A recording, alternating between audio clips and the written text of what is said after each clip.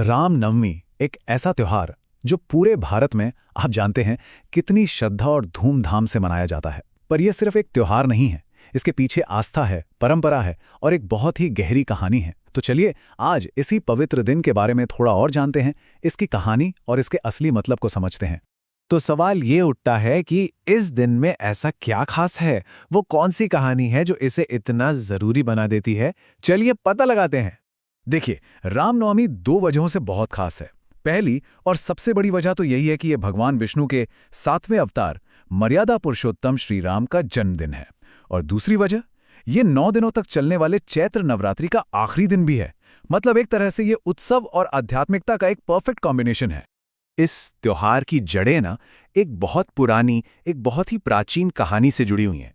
तो चलिए थोड़ा सा टाइम में पीछे चलते हैं और उस दिव्य कहानी तक पहुंचते हैं जहां से ये सब कुछ शुरू हुआ। तो कहानी शुरू होती है प्राचीन अयोध्या से और वहां के प्रतापी राजा दशरथ से। अब देखिए, राजा दशरथ के पास सब कुछ था, एक बहुत बड़ा राज्य, प्रजा का बेइंतहा प्यार, लेकिन एक चीज की कमी थी। वो अपने सिंहासन के लिए एक वारिस चाहते थे, एक उत्तराधिकारी चाहते थे।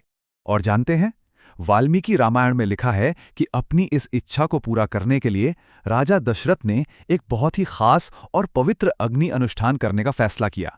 इसका नाम था पुत्रकामेष्टि यज्ञ।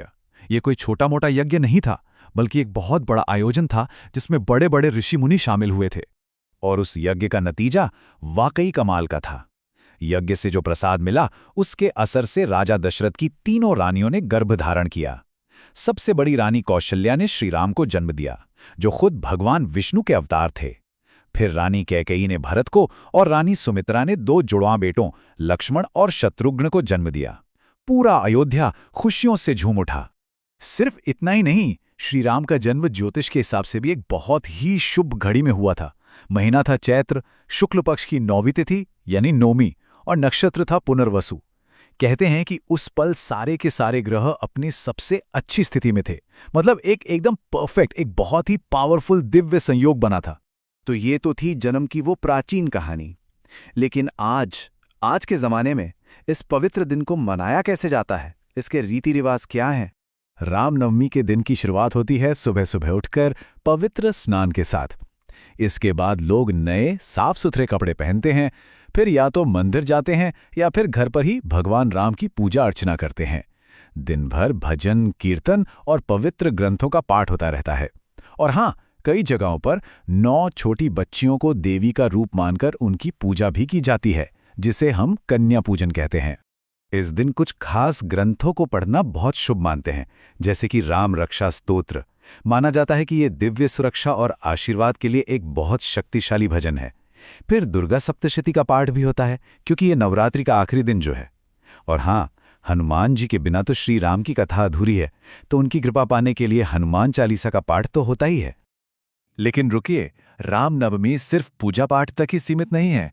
आपको पता है, ज्योतिष और आध्यात्म में इस दिन को बहुत बहुत ज्यादा शक्तिशाली माना गया है।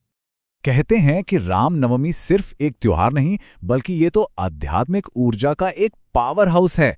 ऐसी मान्यता है कि इस दिन ग्रहों की स्थिति कुछ ऐसी होती है कि जो भी पूजा पाठ या उपाय किए जाते हैं, उनका असर कई गुना बढ़ जाता है।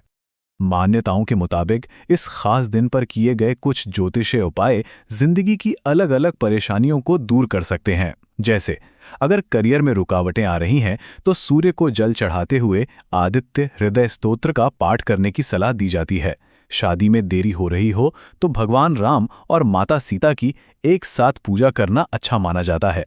पैसों की तंगी के लिए राम रक्षा स्तोत्र का पाठ और घर में शांति बनाए रखने के लिए घर में राम दरबार की तस्वीर लगाना, ये सब इस दिन की आध्यात्मिक शक्ति में गहरे विश्वास को ही दिखाता है।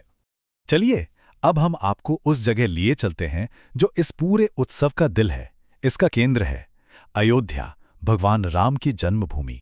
जाहिर सी बात है, भगवान राम की जन्मभूमि होने की वजह से अयोध्या में रामनवमी का जश्न कुछ अलग ही होता है, एकदम भव्य और शानदार। खास तौर पर श्री राम जन्मभूमि मंदिर में इस दिन जो विशेष आयोजन होते हैं ना, उन्हें देखने के लिए देश विदेश से लाखों लोग पहुंचते हैं। 4 मिनट, बस 4 मिनट, ये छोटा सा आंकड़ा अयोध्या में होने वाले एक बहुत ही अनोखे और खास अनुष्ठान से जुड़ा है। सोचिए, क्या हो सकता है ये? ये समय है सूर्य तिलक का। ये एक ऐसा कमाल का पल होता है जब ठीक दोपहर के वक्त सूरज की एक किरण को शीशों और लेंस के एक बहुत ही एडवांस सिस्टम के जरिए सीधे रामलला की मूर्ति के माथे पर लाया जाता है।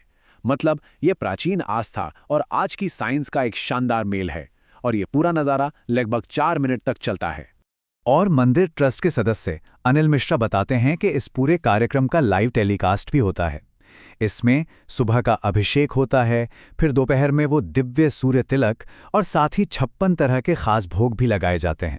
ये सब इसलिए ताकि जो लोग अयोध्या नहीं पहुंच सकते वो भी घर बैठे इस उत्सव का हिस्सा बन सकें। और जाहिर है, जब लाखों लोग आते हैं तो इंतज़ाम भी बहुत बड़े पैमाने पर होते हैं। पूरे शहर में बड़ी बड़ी स्क्रीनें लगा दी जाती हैं ताकि हर कोई दर्शन कर सके। प्रसाद और पानी बांटने का पूरा सिस्टम होता है। धूप से बचाने के लिए शेड वाली जगहें बनाई जाती हैं, और यहाँ तक कि लोगों के सामान को सुरक्षित रखने के लिए भी इंतज़ाम होते हैं। तो इन सारी कहानियों, इन रीति रिवाजों और इतने बड़े जश्न के बाद सवाल ये है कि इन सब का निचोड़ क्या है? आखिर क्या वजह है कि ये त्योहार आज भी हम सब के लिए इतना मायने रखता है?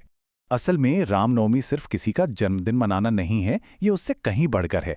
ये प्रतीक है धर्म का, सच्चाई का, उम्मीद का और बुराई पर अच्छाई की जीत का। ये दिन हमें मौका देता है कि हम भगवान राम के आदर्शों को याद करें और उनकी जिंदगी से कुछ सीखें, कुछ प्रेरणा लें। और यहीं पर यह सब हमें एक बहुत गहरे सवाल पर लाकर छोड़ देता है कि ये जो हजारों साल पुरानी कहानियां और परंपराएं हैं, ये आज भी जिंदा कैसे हैं? 21वीं सदी में भी ये हमारे लिए नया मतलब और नई अहमियत कैसे बना लेती हैं? शायद अयोध्या में होने वाला ये आधुनिक उत्सव इसी सवाल का एक जवाब है।